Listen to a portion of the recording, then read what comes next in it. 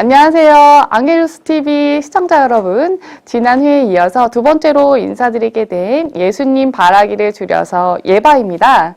또 만나 뵙게 되어서 되게 영광인데요. 오늘도 아주 반가운 게스트를 모셨습니다. 제가 개인적으로도 이분을 뵐 수 있다고 해서 참 기대하고 나왔습니다. 짠! 따라하는 기도. 이 책은 많이들 아실 거예요. 총 4권까지 있는데요. 이 책의 저자 바로 장재기 목사님을 오셨습니다. 네, 안녕하세요. 네, 안녕하세요. 네. 네, 목사님 소개 잠시 부탁드릴게요. 네, 안녕하세요. 저는 따라하는 기도의 장재기 목사입니다. 지금 유튜브에서 장재기 TV라는 온라인 우리 기도원 운영하고 있는 기도원 원장입니다. 반갑습니다. 네, 반갑습니다. 네.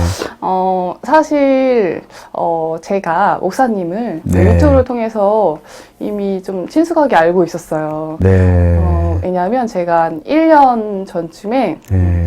공황장애를 좀 심하게 앓은 아이고. 적이 있었는데 아이고. 그때 우연찮게도 이제 목사님의 유튜브를 네. 통해서 네. 매일매일 반복해서 듣고 또 네. 목사님의 그 음성을 통해서 또 그 기도를 통해서 기도를 또 많이 배우게 됐고 네. 하나님을 또 영접하게 되는 아, 계기가 그래요? 있었거든요. 그래서 목사님 오늘 만나 뵙게 된다고 해서 네. 굉장히 기대하고 나왔습니다. 아유, 엄청난 선물을 저에게 또 이렇게. 감사합니다. 그래서 첫 번째 이제 질문 드리고 싶은 것은 네. 어떤 계기로 유튜브 영상을 만들게 네. 되셨는지 또 네. 책은 어떤 계기로 만들게 되셨는지 네, 네. 그 가운데서 이제 주님의 은혜가 있다면 네. 어떤 것들이 있었는지 말씀 부탁드립니다. 네, 이제 유튜브 영상 처음 시작하게 된 건 저는 이제 분당에 있는 이제 지구촌 교회에서 2019년까지 이제 한 20년 정도 사역하다가 하나님께서 사역을 내려놓으라고 마음을 주셔서 아내와 함께 기도하면서 이제 안식년의 시간을 1년을 갖기로 결정하고 교회를 사임했어요. 그리고 이제 사임하면서 제 아내하고 이제 매일 가정 예배를 드렸는데 하루는 가정 예배 때 주신 말씀이 우리의 삶이 다른 누군가에게 도움이 되는 그런 삶을 살아야 된다 이런 말씀 주셨어가지고 뭘 도울 수 있을까 생각하는데 뭐 마땅히 이렇게 할 수 있는 게 없더라고요. 근데 아침에 왜 핸드폰에 우리 카톡에 생일인 친구들 알려주잖아요. 한 형제 생일이 떠가지고 어떻게 생일 축하해 줄까 하다가 그냥 제가 기도문 써서 보내줬었거든요. 근데 이제 그 형제가 그 기도문 보고서는 목사님 너무 감사하다고 너무 위로가 된다고 이제 그 얘기 그 메시지를 보내줬었는데 이제 그게 생각나가지고 기도를 어려워하는 분들에게 기도를 좀 도와드릴 수 있으면 좋겠다 생각해서 저는 뭐 영상 만들 줄도 모르고 뭐 할지도 몰라요. 그래서 그냥 유튜브로 어떻게 영상 만드는지 곰 미디어 플레이 무료 버전 다운받아가지고 그걸로 이제 영상 만드는 거 배워가지고 핸드폰으로 녹음해가지고 그냥 영상 올렸어요. 그렇게 해서 이제 처음 시작하게 된 거죠. 그러니까 뭐 저는 뭐 이걸 기획해서 한 것도 아니었고 이걸 뭐 제가 잘 알아서 한 것도 아니었어요. 영상 만들 줄도 모르는데 그냥 가정예배 말씀에 순종하려고 그렇게 해서 이제 시작된 게 따라하는 기도였고요.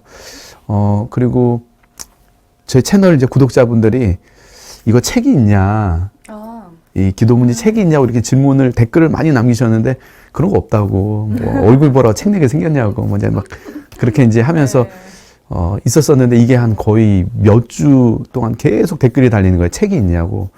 한 번은 이제 길거리에서 한 권사님쯤 분이셨어요. 네. 권사님인지는 모르겠는데 그래서 장재기 목사님이시냐고 그래서 맞다고 했더니 자기 가방에서 수첩을 꺼내주는 거예요. 근데 수첩을 보는데 따라한 기도를 다 이분이 받아 적으셨어요. 그래서 저한테 목사님 이거 너무 핸드폰 캡처해가지고 받아 쓰려니까 너무 힘들다고 책으로 좀 내달라고 저한테 막 이렇게 혼내듯이 길거리에서 얘기를 해주시는 거예요. 그래서 이제 그때 이제 하나님 이거 성도님들이 책으로 보고 싶다고 하는데 하나님께서 좀 길을 열어달라고 이제 기도했는데 한 분이 떠올라서 이제 그분에게 전화해가지고 저 책을 좀 냈으면 하는데 도와달라고 그랬더니 그분이 무슨 책이냐고 그래서 그냥 기도문인데 성도님들이 이걸 좀 보고 싶어 한다고 그래서 말씀드렸더니 그분이 저한테 규장 출판사의 그 이메일을 보내주시면서 이곳을 한번 보내보라고 그러는 거예요. 그래서 규장 출판사에서 뭐 제 메일을 제 이 책을 내줄 이유가 없잖아요. 거기는 워낙 메이저 출판사하고 저는 뭐 이름도 없는 그런 목회자고 그러다 보니까 이제 안 보냈어요. 근데 이제 그분이 또 보냈냐고 해서 아직 안 보냈다고. 그래서 빨리 보내라고. 근데 저녁에 이제 가정 예배 드리면서 제 아내한테 이제 그 일을 얘기해 줬거든요. 이제 뭐 책을 내달라고 해서 부탁했는데 교장 출판사 메일을 주면서 이리 보내라고 하는데 지금 안 보내고 있다고 했더니 제 아내가 그럼 어느 출판사에서 나왔으면 좋겠냐고 물어보더라고요. 그래서 규장에서 나왔으면 좋겠다고 이제 이렇게 얘기했더니 그럼 한번 기도하고 한번 보내보자. 근데 그분이 저한테 규장 메일을 줬던 것도 저를 위해서 한 게 아니고 다른 분이 이분한테 규장 출판사 이메일을 가지고 있냐 그래서 없다고 그래서 알아봤는데 그 메일을 갖게 된 거예요. 제가 얘기하기 전에. 근데 그분에게는 그 메일이 전달이 결국은 안 됐고 그 메일이 저한테 전달이 된 거죠. 그래서 그냥 메일 보냈어요. 이제 기도하고 메일 보냈는데 그 규장 출판사에서 답메일이 왔어요. 다음 날 편찬위원들이 논의하고 나서 15일 후에 책으로 낼지 말지 결정해서 담당자가 직접 연락을 줄 거라고 이제 뭐 그냥 보니까 다 그렇게 메일 보내는 그 형식의 메일이에요. 그래서 그냥 기대하셨어요? 뭐 기대보다는 그냥 그냥 이렇게 하는구나. 프로세스가 15일이 걸리는구나. 이제 그렇게 생각해서 이제 생각하고 기도했어요. 근데 오후에 이제 모르는 번호로 전화가 오는데 전화 받았더니 규장 출판사의 여진구 대표라고 그러면서 대표님이 직접 연락을 주신 거예요. 그래서 한번 뵀으면 좋겠다고. 그래서 이제 며칠 후에 그 대표님 만났는데 이제 그 얘기를 해주시더라고요. 목사님 오늘 뵙고자 한 이유가 있다고. 규장 출판사는 교회가 크거나 뭐 목사님이 유명하다고 해서 책을 내지 않는다고. 기도하고 하나님의 응답을 주시면 책을 낸다고. 그래서 기도하는데 하나님의 응답 주시면 선교지에 찾아가서 선교사님 전혀 원고 준비 안 돼 있어도 자기들이 설득해서 그렇게 책을 낸다고. 기도하고 결정한다고. 우리가 아는 뭐 이찬수 목사님, 유기성 목사님 이런 분들이 유명하기 전에 하나님 기도하고 응답 주셔서 그분들 책을 냈고 지금 그렇게 된 거지 유명하거나 교회가 큰 분들이라고 해서 자기들 책을 내거나 그렇게 하지 않는다고. 예, 그러면서 이제 하는데 제 메일을 열고 기도하는데 하나님 응답을 주셨다는 거예요. 이 목회자는 나를 경외하는 자다. 내게 속한 종이니 극진히 대접해드려라. 이렇게 말씀을 주셨다는 거예요. 그래서 저 이제 앉아서 그 얘기 듣는데 저도 모르게 눈물이 핑 돌더라고요. 왜냐하면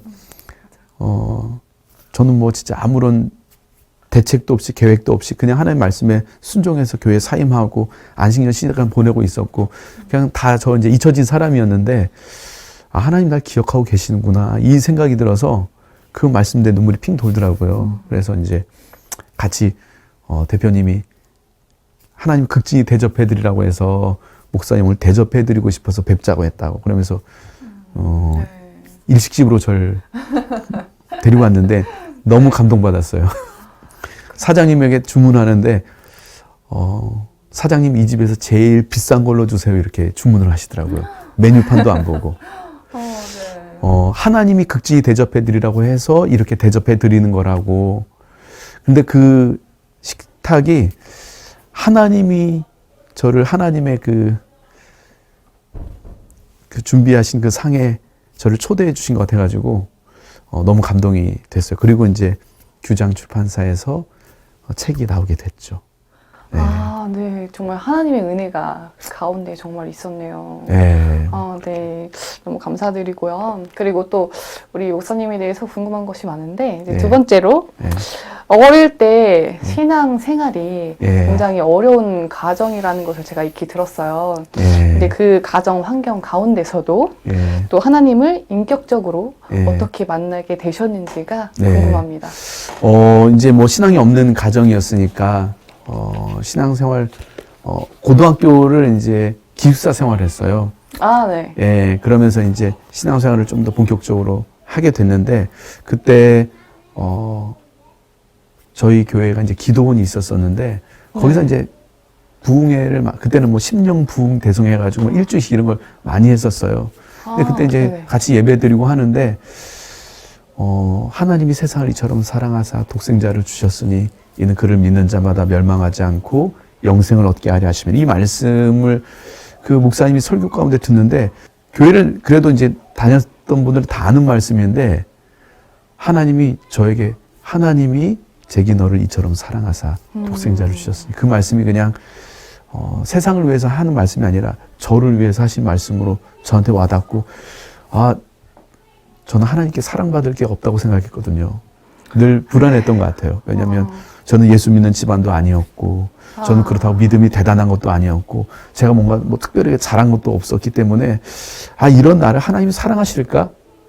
내가 열심히 이렇게 교회 다니고 열심히 신앙생활을 한다고 하지만 근데 만약에 하나님이 나를 사랑하지 않는다고 하시고 너는 내가 선택한 사람이 아니라고 한다거나 이러면 그럼 나 어떻게 하지? 그러면 모태 신앙이 아니신 거예요? 네. 그러면 신앙의 1세대이시란 말씀이신 거예요? 네, 뭐 저는 이제 저희 부모님이 이제 신앙생활을 안 하셨어가지고 저희 마을에는 교회 다니는 사람도 없었고 교회도 없었고 이제 그런 마을이었어가지고 중학교 2학년 때 네.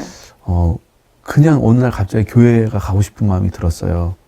그래요? 그래서 네. 누가 전도했다기보다 그냥 한번 교회를 가보려고 갔는데 네. 예배당까지 갔는데 그 안에를 못 들어가겠더라고요. 왜냐하면 한 번도 와본 적이 없고 저와는 뭐 너무 이렇게 다른 세상이니까 교회 앞까지 갔는데 차마 그 안에를 못 들어가겠더라고요. 그래서 그냥 돌아왔어요.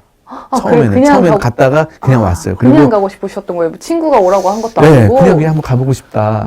그랬었는데 네. 그리고 이제 그 다음에 교회 다니는 친구 물어봐가지고 나 교회 한번 가고 싶은데 한번 데려가줘라. 그렇게 해서 이제 교회를 이제 처음 가게 됐고 이제 가서 네. 부모님 몰래 다녔죠. 왜 부모님이 왜냐면 반대하셨어요? 저희는 철저한 유교 마을이에요. 제가 장시대 다 장시들만 살고 교회 다니는 건 네.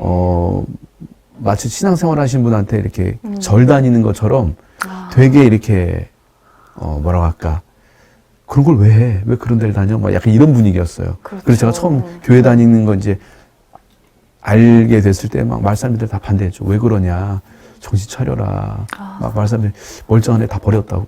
애가 큰일 났다고. 막 다 그런 네. 이제 마을이었으니까 뭐 저희 형님도 누님도 뭐 다 반대하고 저희 아버님도 뭐 반대 심하게 하시고 뭐 그런 집안이었어요. 저희 아버님이 저한테 교회만 안 다지고 뭐든지 다 해도 된다. 그런 이제 가정이었으니까 거기에서 이제 신앙생활 처음 한 거라 이제 그런 마음이 들고 하나님이 나를 사랑하지 않으시면 어떻게 하나 그런 마음이 많았는데 두려움 또 불안한 마음 내가 그 말씀이 하나님이 나를 위해서 이 땅에 오셨구나 하나님 날 사랑하시는구나 하나님이 날 버리지 않으시는구나 이제 그걸 알게 되면서 그때부터 이제 기도하고 예배드리는 시간이 너무 좋은 거예요. 꽤 어린 나이에 하셨네요. 고등학교 2학년이었어요, 그때가. 고등학교 2학년 때 이제 예수님 인격적으로 만나고, 기도하고 예배드리고, 하나님이 너무 좋아가지고, 그래서 신학을 하게 된 것도 뭐 어떤 뭐 사역을 하겠다 이거보다 그냥 하나님이 너무 좋은데 어떻게 하면 하나님하고 더 오래 같이 있을 수 있을까 이 생각하다가 목사님 교회에 늘 계시잖아요. 그래서 야, 목사님이 되면 하나님하고 더 오래 같이 시간 보낼 수 있겠다 이 생각이 들어서 그래서 그럼 저 목사님이 되겠다 마음 먹고 목사님 되려면 어떻게 해야 되냐고 물어봤더니 신학대학교가 있는데 거기 가면 된대요. 저는 그때 목사님이 대학교 가서 공부해서 된다는 걸 그때 처음 알았어요. 그래서 이제 신학을 하기로 마음 먹고 이제 신학교에 가게 되었던 그렇게 됐죠. 그래요. 그러면은 저도 저희 가정이 믿는 분이 아무도 안 계세요. 네. 저희 엄마는 심지어 불교시고 네. 그리고 이모가 스님이시고 예. 그리고 나머지 다른 가족분들도 믿는 분이 아무도 안 계세요. 예. 그 가운데 항상 제가 기도하는 것은 우리 가족의 복음화이거든요. 예. 그래서 이제 그 세 번째로 궁금한 것이 우리 장재기 목사님의 가족들은 지금 하나님을 만나셨는지 네. 또 만나셨다면 네. 그 스토리가 듣고 싶습니다. 네, 저희 집도 이제 그런 집이었어요. 이제 뭐 철저한 유교 마을이고 1년에 제사만 10번씩 드리는 그런 마을이고 마을에 네. 그 무당이라고 하죠. 그렇게 예. 굿 하시는 분이 계셨었고 또 저희 어머니는 저 어릴 때 기억에 아침에 일어나는 새벽에 그 장독대에서 이렇게 정화수 떠놓고 기도하고 그 점 봐주신 굿 해주신 그 할머니에게 가서 항상 늘 뭔가 상담하고 또 가끔씩 절에도 가시고 이제 그런 문화였었으니까 신앙생활을 한다는 게 이제 뭐 쉽지 않았었는데 어렵죠. 예. 근데 이제 저희 어머님은 제가 대학교 들어가고 이제 다시 이제 고등학교 2학년 때 집에서 쫓겨나고 아, 네네. 예, 신학한다는 거 알고 집에서 쫓겨났어요. 쫓겨났다고요? 네. 그래서 집에서 쫓겨나고 아, 네. 대학교 3학년 때까지 집에 못 들어갔어요. 아, 예, 그래서 이제 뭐 혼자 이제 아르바이트 하고 하면서 이제 신학 공부하고 그리고 나중에 이제 20대 후반, 30대 초반 그쯤에 이제 어머니 교회 가자고. 근데 아버님이 엄청 반대 심했었고 근데 계속 이제 그것 때문에 이제 영적 전쟁이었죠. 네. 집에 가서도 저희는 항상 제사 지내니까. 근데 저는 네. 따로 거기서 옆에서 예배 드렸어요. 네. 같이 예배 드리고, 혼자 그냥 예배 드리고, 가족들은 제사 지내고.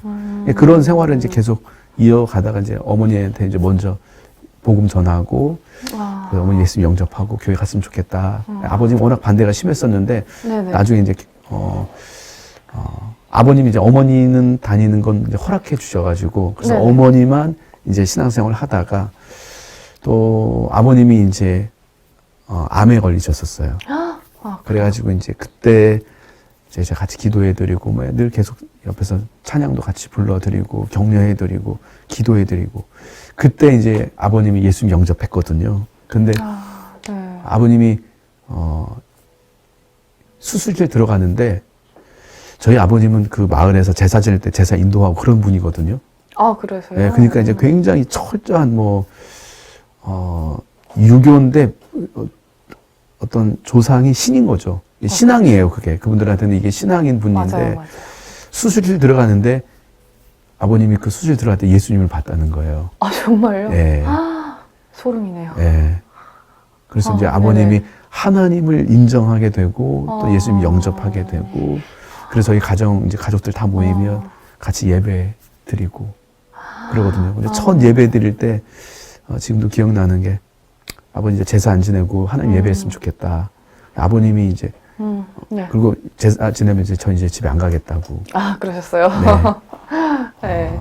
그런데 아버님이 네. 며칠을 잠을 못 주무실 정도로 고민했다고 하시더라고요. 그래서 어떻게 하실 거냐고 했더니 제사 안 지내겠다고. 아, 그래서 은혜네요. 그때 첫 예배를 드리는데 네.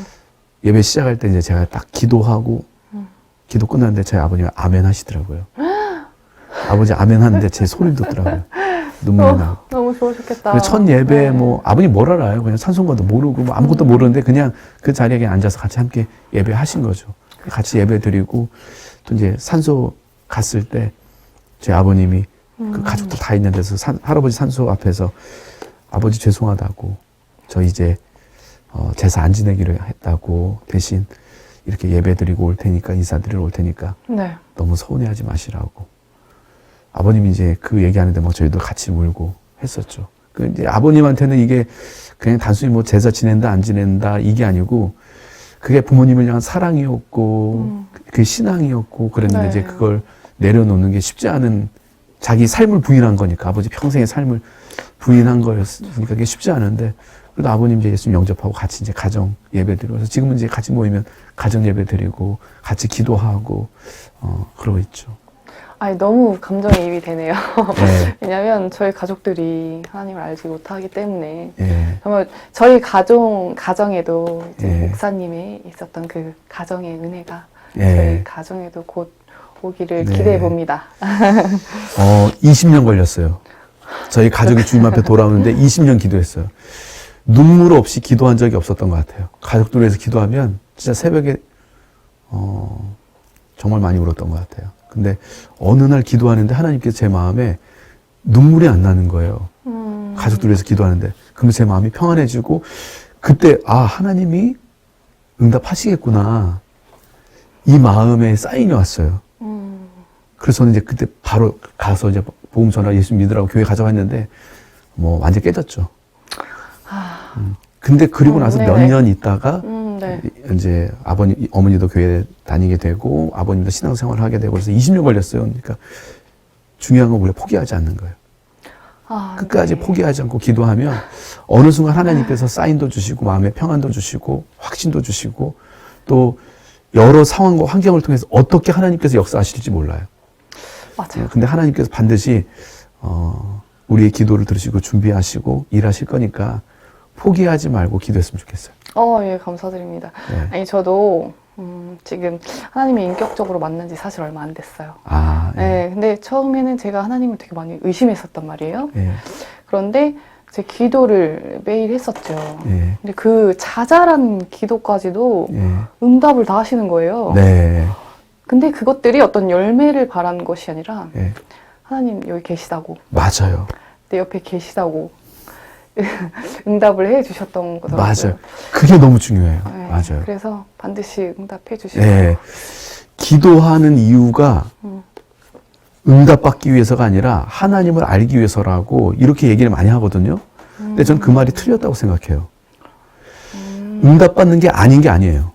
그죠, 그죠. 기도의 목적은 응답받는 거와 하나님을 아는 거 둘 다 너무 중요한 목적이에요. 네, 맞아요. 근데 우리가 하나님을 기도하고 응답받는 이 과정을 통해서 우리가 관념적으로 또 철학적으로 생각으로 문자적으로 들었던 그 성경에 대한 이야기 또 성경의 그 하나님이 나에게 진짜 실제로 와닿거든요. 그렇죠. 왜 우리가 예수님을 오래 믿어도 뭔가 생각으로는 믿는데 생각으로는 알겠는데 마음에 와닿지 않느냐.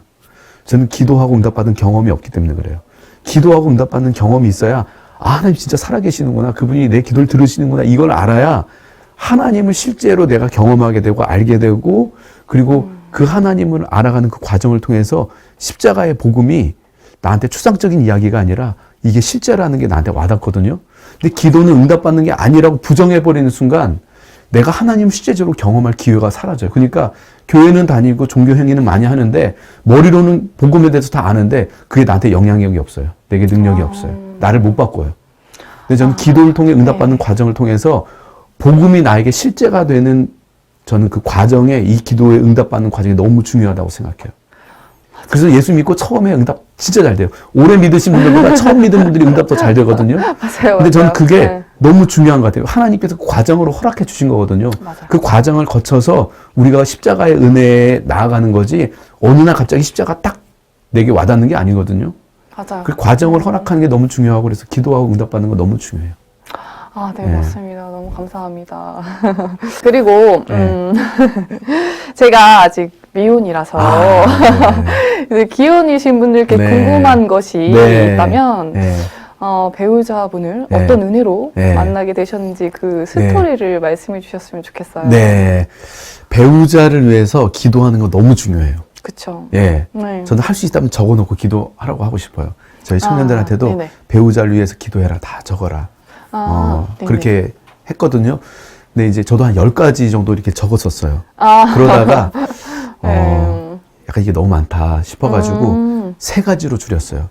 네. 제일 중요한 거 3가지. 네. 저는 이게 중요한 것 같아요. 네. 배우자를 만날 때 마치 3학점짜리. 3학점짜리 학점이 좋으려면 3학점짜리 앱을 맞고 1학점짜리는 좀 버려도 돼요. 어차피 우리가 다 못하면. 네, 그때 그렇죠. 학점이 높은 걸 우리가 점수 잘 맞으면 평점 올라가잖아요. 그렇죠. 배우자도 마찬가지. 우리가 다 맞출 수 없어요. 근데 맞아요. 그러려면 나한테 진짜 중요한 거. 이거가 나한테 꼭 필요하다. 이거 없으면 안 된다. 그 3가지가 뭔지를 일단 아는 게 중요해요. 그러려면 내가 누구인지 알아야 돼요. 내가 누구인지, 그렇죠. 내가 네. 뭘 중요하게 생각하는지, 언제 내가 힘들어하는지를 알고 그럼 거기에 잘 맞는 사람이 누구인지 그 3가지를 일단 정하는 거예요. 저도 그 3가지를 정했었죠. 네. 그리고 주변에 소문을 냈어요. 나한테 이 3가지의 사람을 소개시켜줘라. 나는 이게 중요하다. 네. 이제 그렇게 하면 중요한 건 사람 소개시켜주세요. 그러면 그러니까 1학점짜리는 A뿔인데 3학점짜리 C인 사람들을 만나게 될 경우가 되게 많아요. 그러면 네. 서로 만나도 불편하고 만나서 뭐 해야 되냐면 애를 써야 돼요. 그쵸.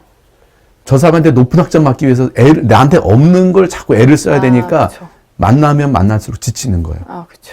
그럼 오래 못 가거든요. 맞아요. 근데 내가 있는 그대로 편안해야지 관계가 오래 가는데 저 사람에게 원하는 모습을 내가 자꾸 바꾸려고 하고 하면 본인도 힘들고 또 그런 사람 바꾸려고 하면 본인도 힘들어요. 그쵸. 내 앞에 있는 이 사람은 이미 30년 동안 그 부모님이 바꾸려고 했는데 안 됐어요. 이게 그렇죠. 30년을 바꾸려고 했는데 안 바꾼 사람이 내가 네. 몇 마디에서 바뀔 것 같으면 벌써 바뀌었죠. 안 바뀌어요, 사람은. 있는 그대로 좋아해야 되는데 그러려면 맞아야 돼요. 오래 뿔 맞을 사람을 기대하지 말고 최소한 3학점짜리는 그래도 빗불 이상 맞는 사람 만나야 갈등 요소가 훨씬 줄어들어요. 그러면은 그 3가지가 예. 와이프 지금 예, 배우자분한테 저는 제 아내, 예. 제 아내 뭐 그전에 연애하는데 이제 이 생각하고 나서 네. 그다음부터 이제 소개해준다고 하는 사람들이 네. 엄청 많았는데 하나도 안 나갔어요. 왜냐면 아. 물어봤어요. 이 세 가지가 맞냐고. 근데 이거 여기에 두 가지는 있는데 세 가지는 없었어요. 그래서 안 나갔어요. 안 만났어요, 아예. 네. 그리고 첫 번째 이 세 가지에 맞게 된 사람이 제 아내였어요. 근데 그 세 가지가 뭐예요? 뭐 중요해요. 각자 다 다른 거니까. 제가 얘기하면 이게 또 기준이 되면 안 되니까. 그쵸. 중요한 건 나한테 중요한 세 가지가 뭔지를 아는 게 진짜 중요해요. 저는 네. 이제 그 마커스 워스의 종호 형제 있죠. 아, 예, 심정호, 종호 형제가 소개시켜줬어요, 제 아내를. 아, 정말요? 근데 그래서 이제 만나게 됐는데 이 세 가지를 물어봤어요. 근데 이게 맞다고. 그래서 제 아내 이제 처음 만났는데 처음 만나가지고 한 5시간 얘기했어요. 아. 그러니까 네. 제 아내가 저한테 뭔가 잘 보이려고 애쓰고 막 이게 아니라 그냥 제 아내의 모습을 봤는데 그게 제가 원했던 모습인 거예요. 아, 그래요? 그러니까 아내가 저한테 잘 보이려고 굳이 애쓸 필요가 없는 거예요. 그냥 아내가 좋은 거예요. 제가 좋아하는 건 잘해요. 제 아내가 완벽한 사람 아니거든요. 그렇죠. 부족한 게 있고 약점이 있는데 그건 다 1학점짜리예요. 그러니까 저한테 크게 그게 의미가 없어요. 제가 중요하게 생각하는 건 제가 아내가 노력하지 않아도 자연스러운 거예요. 그러니까 만나서 이렇게 갈등이 결혼하고 6년 동안 한 번도 싸운 적이 없어요. 그리고 7살 차이라고 예. 들었습니다. 네, 7살 차이. 저 7살 차이 딱 좋다고 생각해요. 7살 차이 네. 나는데 뭐 싸울 게 뭐가 있겠어요. 다 예뻐 보이지. 맞아요. 귀엽죠. 예, 예, 다 귀엽고. 그래서 그냥 세 가지. 기도하고 주변에 소문내서 그러면 그런 사람 보이잖아요. 그럼 생각나요. 그냥 소개시켜주세요 하면은 그냥 아무나 소개시켜줘요. 그거는 만나가지고 시간 내야죠. 또 만나야죠. 아, 이것도 아니구나 알게 되고. 그냥 시간과 에너지가 너무 소진이 많잖아요. 물론 뭐 그게 또 맞는 분들은 그렇게 해도 되는데 저는 그냥 나한테 중요한 거 3가지 주변에 이렇게 이런 사람 좀 소개시켜줘라 그러면 그런 사람 만나면 내가 생각나요. 그래서 만나면 네. 확률이 높아져요. 그쵸. 정확한 식당 가가지고 아무거나 주세요 해놓고 나서 내가 마음에 안 들었으니까 이 식당 별로라고 지금 그렇게 하는 거예요. 식당에 가서 내가 어떤 메뉴를 원하는지 정확하게 주문하고 그 메뉴가 나왔는데 나하고 안 맞으면 그럼 아닌 건데 아무거나 달라고 해놓고 나서 아 이거 나 마음에 안 들어 그러면 되게 어떤 사람이냐면 맞추기 힘든 고객인 거예요. 좋은 고객은 식당에서 그냥 어떤 메뉴 원하는지 정확하게 얘기하고 그 주문한 메뉴를 먹고 거기에 대해서 피드백해야 좋은 그 고객이지 아무거나 달라고 해놓고서는 메뉴 자기가 진짜 맛있는 거라고 해서 줬는데 나하고 안 맞을 수 있잖아요. 네네. 근데 그렇다고 해서 그 식당 이상하다고 하면 안 되죠.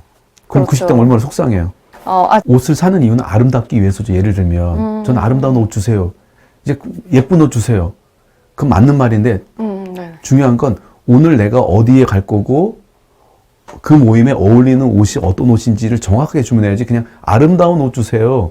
예쁜 옷 주세요 하면 그게 나하고 그 옷은 되게 아름답고 예쁠 수 있지만 네. 나하고는 안 맞는 내 무대와는 안 맞는 옷일 수 있어요. 제가 진짜 한 100만 원짜리 추리닝을 사와가지고 이거 진짜 멋진 옷인데 오늘 그 옷을 입히고 여기서 촬영하면 안 어울리잖아요. 그러니까 좋은 옷이냐 아름다운 옷이냐보다 나한테 어떤 옷이 맞는지를 아는 거. 저는 그거 되게 중요하다고 생각하고 서로를 알아가는 시간을 갖는 것도 되게 중요해요. 왜냐면 그래야 갈등이 적어요. 일단 바꿀 수는 없는데 바꾸려고 하기 위해서 아는 게 아니라 이해하기 위해서 알아야 돼요. 왜 싸우고 왜 화를 내냐면 모르니까 그래요. 네. 지하철에서 아이가 막 의자 뛰어다니고 막 하는데 네. 아빠가 애를 건드리지도 않고 그냥 컨트롤 안 해요. 그냥 놔두는 거예요. 네네.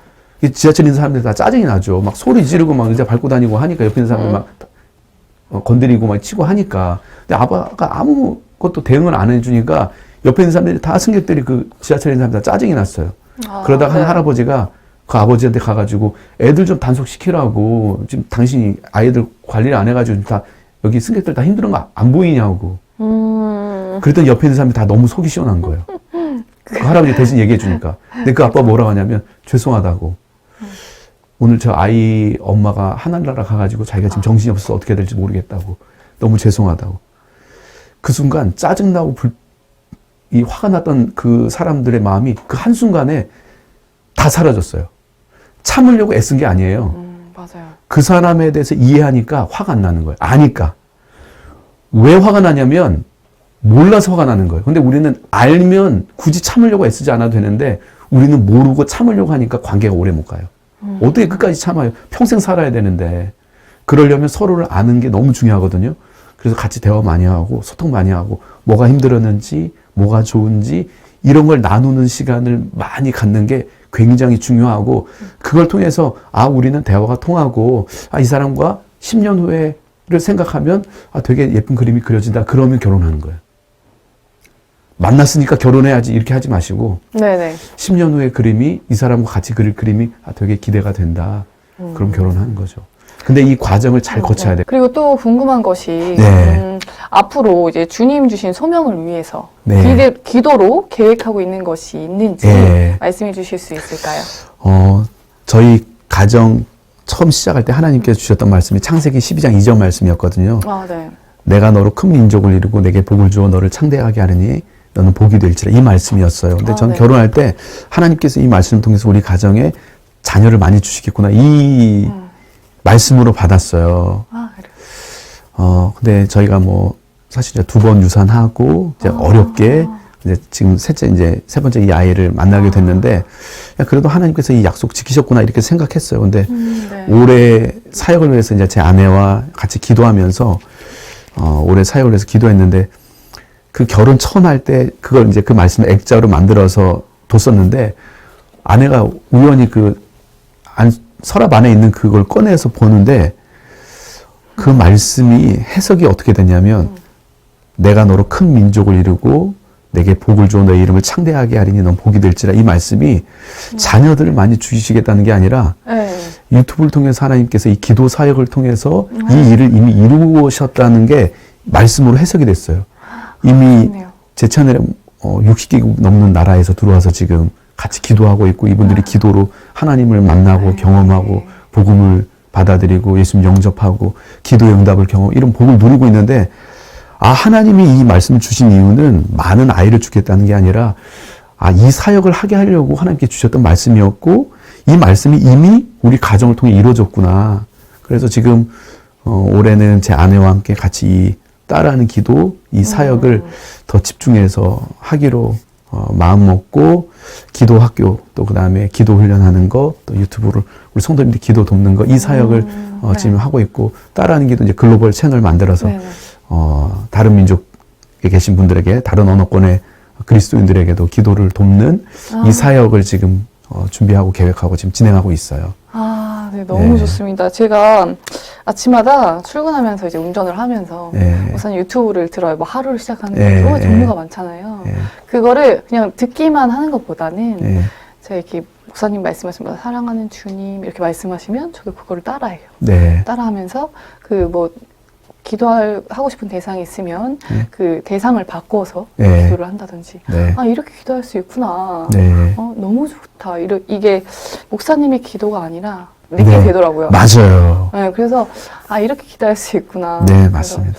참 감사합니다. 도움을 받고 있다니 너무 좋네요. 그리고 이제 마지막으로 예수님께 보내는 편지를 영상을 통해서 말씀 부탁드립니다. 네. 예수님, 저예요. 저를 선택해 주시고, 또 저를 자녀 삼아 주시고, 또 주님의 일 가운데 저를 사용해 주셔서 너무 감사합니다. 제가 끝까지 쓰임받는 그런 삶 살고 싶습니다. 하나님께서 붙들어 주셔서 무너지지 않도록 하나님께서 저와 함께 해주시기를 간절히 기도합니다. 예수님 감사합니다. 오늘 장재기 목사님의 간증을 통해서 기도할 수 있는 감사와 그 중요성을 다시 한번 생각하는 소중한 시간이었던 것 같습니다. 쉬지 말고 기도하라는 주님의 말씀으로 주님과 끊임없이 소통하며 주님이 인도하시는 길로 모든 사람들을 사랑하며 살아가는 우리 안길수 TV 가족분들이 되길 진정으로 바라며 마무리 인사드리겠습니다. 목사님 이제 인사하시죠? 네. 우리 다음에 또 만나요. 안녕히 계세요. 네, 감사합니다.